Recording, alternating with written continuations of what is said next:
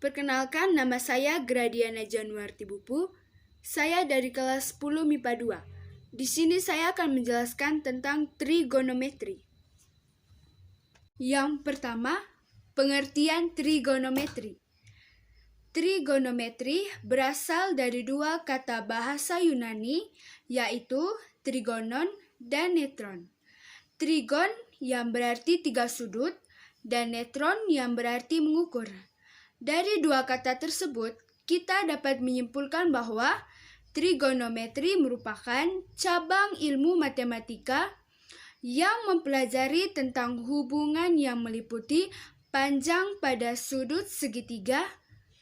Bidang ini sangat terkenal pada masanya, yaitu pada abad ketiga Masehi, di mana trigonometri itu digunakan dalam penggunaan trigonometri untuk mempelajari, mengukur, dan mengetahui bidang astronomi. Sebagian besar guna trigonometri berhubungan dengan segitiga siku-siku, tetapi pengecualian itu penggunaan dalam spesial trigonometri, yakni ilmu trigonometri yang mempelajari dalam sfer atau permukaan dari kultur-fature relatif positif dalam elips geometri. Yang kedua, kesebangunan dan rumus trigonometri. Kesebangunan itu sendiri memiliki pengertian yaitu dua segi banyak poligon, di mana segitiga dikatakan sebangun apabila memiliki dua persyarat, yaitu syarat yang pertama, sudut-sudut persesuaian, yang kedua, semua perbandingan panjang sisi-sisi sama. Pada gambar di atas, terdapat dua segitiga yang dikatakan sebangun karena memiliki perbandingan sisi sudut yang sama, di mana A berbanding C sama dengan 3 berbanding 5, B berbanding C sama dengan 4 berbanding 4. Inilah yang dimaksudkan dengan kesebangunan yang berhubungan dengan rumus trigonometri. Kita akan membahas tentang rumus trigonometri dasar, di mana rumus trigonometri dasar terdiri dari 3 rumus, yaitu rumus sin, cos, dan tan, di mana pada gambar di atas telah menunjukkan beberapa rumus, yakni rumus sin theta yaitu sisi A per C, cos theta yaitu sisi B per C, dan theta yaitu sisi A per B. Jadi, sin didapat dari sisi depan per sisi miring, cos didapat dari sisi samping per sisi miring. Untuk rumus-rumus selanjutnya merupakan kebalikan dari rumus sin, cos, dan tan.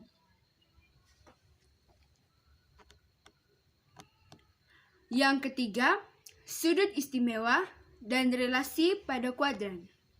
Sudut istimewa merupakan sudut tertentu yang sudah memiliki perbandingan trigonometri tanpa memerlukan perhitungan atau perbandingan lagi, di mana dengan kata lain, sudut istimewa ini sudah memiliki dan menangkap rasio panjang sisi pada sudut-sudut tertentu.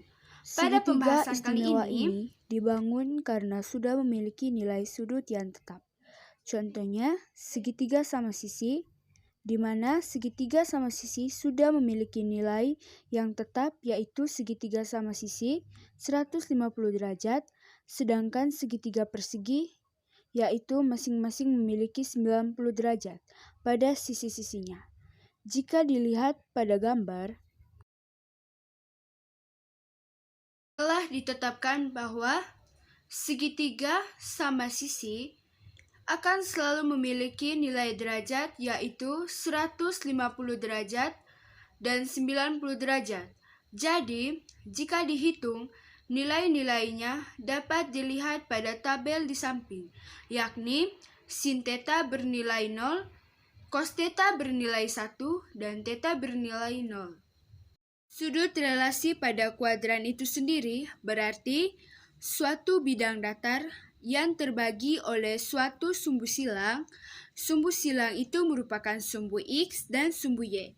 Pada pengajaran kali ini, terdapat suatu prinsip yang harus diingat, yaitu nilai sin akan selalu positif jika nilai Y-nya bernilai positif. Jika nilai X positif, maka nilai cos juga akan selalu positif.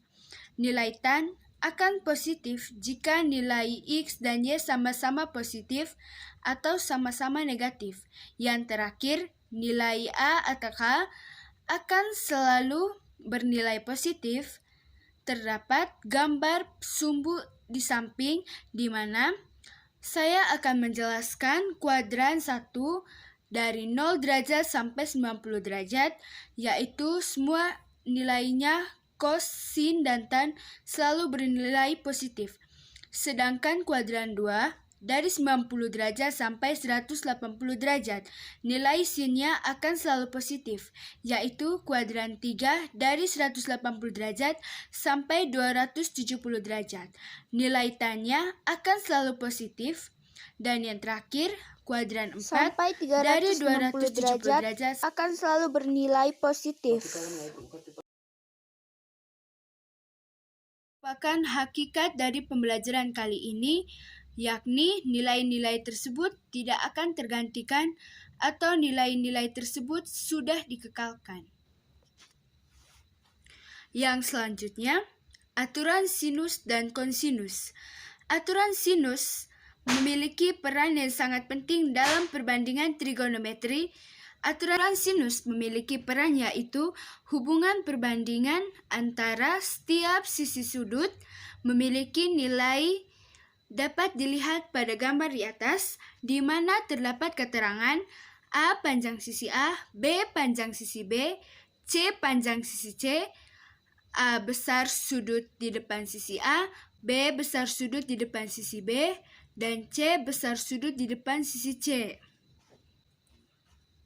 Dari aturan sinus ini, kita bisa mengetahui bahwa sudut terbesar selalu berhadapan dengan sisi terpanjang, begitu juga sudut terkecil akan selalu berhadapan dengan sisi terpendek, ditunjukkan dengan sisi A dan seterusnya.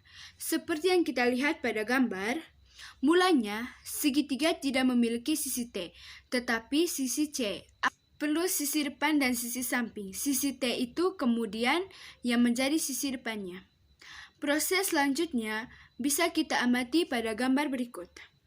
Aturan kosinus berarti aturan yang diberikan antara lain hubungan yang berlaku antara panjang sisi-sisi dan salah satu sudut kosinus segitiga, di mana pada gambar telah dijelaskan bahwa A itu panjang sisi B, B panjang sisi B, C panjang sisi C.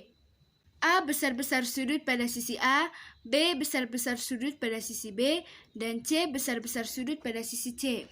Seperti yang nampak pada gambar. Adanya hubungan di mana diberlakukannya kosinus, terjadinya hubungan panjang sisi-sisi dari salah satu sudut kosinus.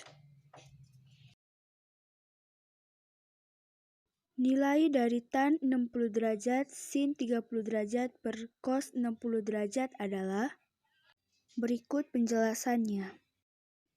Tan 60 derajat sin 30 derajat per cos 60 derajat sama dengan akar 3 kali setengah bagi setengah, sehingga mendapatkan hasil akhir 3. Contoh soal berikutnya. Seorang tukang menaiki tangga untuk memperbaiki atap rumah orang. Tangga tersebut disandarkan pada tembok dengan panjang tangga 6 meter serta besar sudut tangga di lantai sebesar 30 derajat. Tentukan berapa tinggi ujung tangga diukur dari permukaan lantai. Berikut cara penyelesaiannya. Langkah yang pertama, menggambar segitiga agar lebih mudah dalam mengerjakan soal dan lebih memahami. Jadi pada soal terdapat gambar segitiga siku-siku. Untuk mengukur ruas garis BC menggunakan rumus aturan sinus seperti yang tertulis di bawah ini. BC per sin A sama dengan AC per sin B. BC sin 30 derajat sama dengan 6 per sin 90 derajat. BC sama dengan sin 30 derajat per sin 90 derajat kali 6. BC sama dengan setengah per 1 kali 6.